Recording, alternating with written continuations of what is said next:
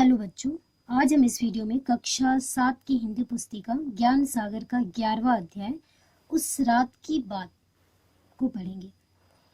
इस कहानी में लेखक ने एक गरीब बुढ़िया की कहानी कही है जो अपने बेटे के इलाज के लिए दर दर भटकती है।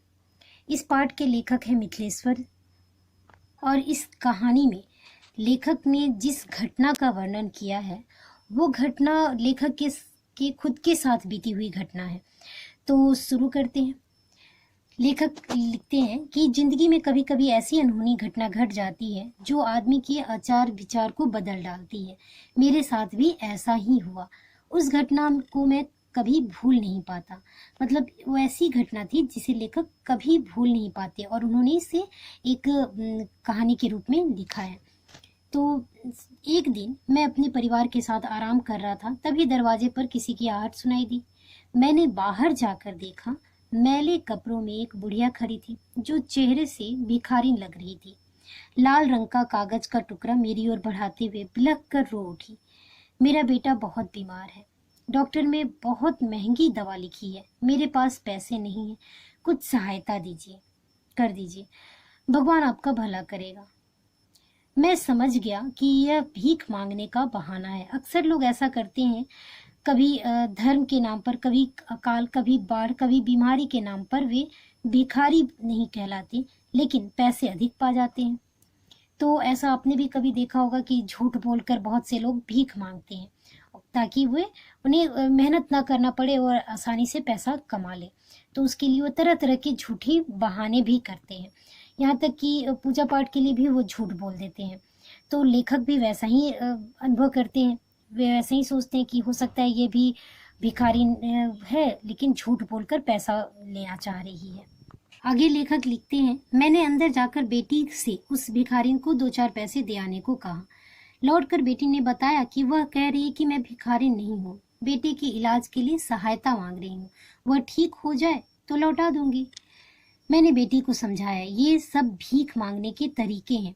पैसे के लिए ये लोग क्या क्या नहीं करते। छोड़ो, थोड़ी देर में वह खुद ही लौट जाएगी। मेरी पत्नी को दया आ गई। उसने बेटी को 1 रुपये का नोट देते हुए कहा, कह देना कि और घरों से मांग ले। किंतु इस बार भी बुढ़िया ने मना कर दिया। बेटी ने आकर बताया, कह रही है कि आप लोगों को कैसे समझाऊं कि मेरे पास इतना समय नहीं कि मैं सारे शहर में घूमकर मांगू। विपदा में मेरी मदद करें, ऊपर वाला आपका घर भरा रखेगा।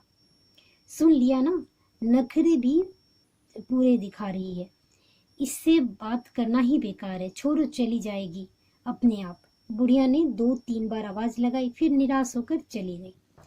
तो इस तरह से जो है बुढ़िया भिखारी नहीं थी, ना ही वो बहाना कर रही थी, बल्कि उसमें उसकी सही में ऐसी मजबूरी थी कि उसे सबसे मांग मांग कर पैसे लेना पड़ रहा था। और वह भी इतना समय नहीं था क्योंकि उसका बेटा बहुत ही बीमार था। वो बहुत कम समय में उस दवा की पैसे की जुगाड़ में थी। लेकिन लेखक जो है इसे नहीं समझ पाते हैं। उन्हें लगता है औरों की तरह यह भी झूठ बोल रही है। अब आगे बुढ़िया क्या करती है कि बुढ़िया ने 2-3 बार आवाज लगा के वहां से लौट जाती है। इस घटना के ठीक 3 महीने बाद किसी काम से मुझे शहर से दूर जाना पड़ा। मेरे मोटरसाइकिल से ही गया और उसी से लौट रहा था कि एक बियाबान स्थान में मेरी गाड़ी का इंजन खराब हो गया। बियाबान मतलब सुनसान, मतलब अंधेरी सुनसान जगह पर उनकी जो है बाइक जो है गाड़ी खराब हो जाती है। मैंने ठीक करने की कोशिश की पर सब बेकार। चारों ओर नजर दौड़ाकर देखा, कहीं कोई बस्ती या कस्बा नहीं दिखाई दिया। धीरे धीरे रात गहराती जा रही थी। आसपास खड़े पेड़ पौधे डरावने लग रहे थे। गिद्धों की हुआ सुनाई दे रही थी।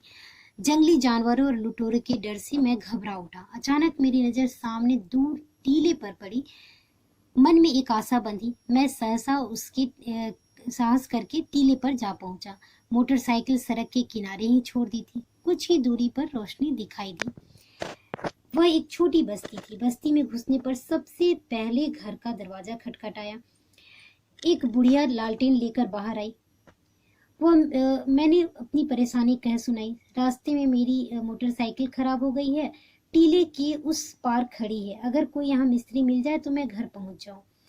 उस बुढ़िया ने अपने बेटे और पति को बुलाया। उन्होंने कहा कि उस बस्ती में कोई मिस्त्री नहीं है, पास के गांव में सुबह उसका बेटा बुला लाएगा, रात भर मैं वहीं ठहर जाऊं। मेरे सामने और कोई रास्ता नहीं था। मैं उस झोपड़ी में बिछी एकमात्र चारपाई पर बैठ गया। बुढ़िया ने कहा, बेटा मुंह हाथ धो लेना, जो बना है तुम भी खा लेना। नहीं नहीं, मुझे भूख नहीं, ऐसा लेखक ने कहा। ऐसा कैसे हो सकता है, हम खा ले और अतिथि भूखा सो जाए, बुढ़िया ने कहा।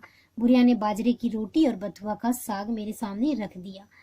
उसके बेटे ने मेरे हाथ धुलवाए। खाते हुए रोशनी से मैंने बुढ़िया को ध्यान से देखा। देखते ही मैं सन्न रह गया। तो वही बुढ़िया थी जो सहायता मांगने के लिए मेरे दरवाजे पर आई थी।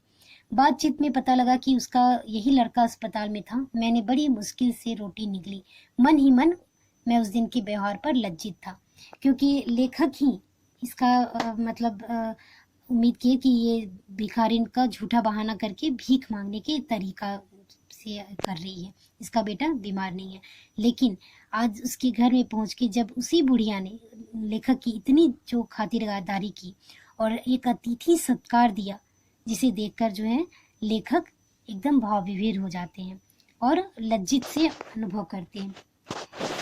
गर्मी की रात थी। बुढ़िया अपने पति बेटा जमीन पर सोए, लेकिन मुझे उन्होंने चारपाई दी।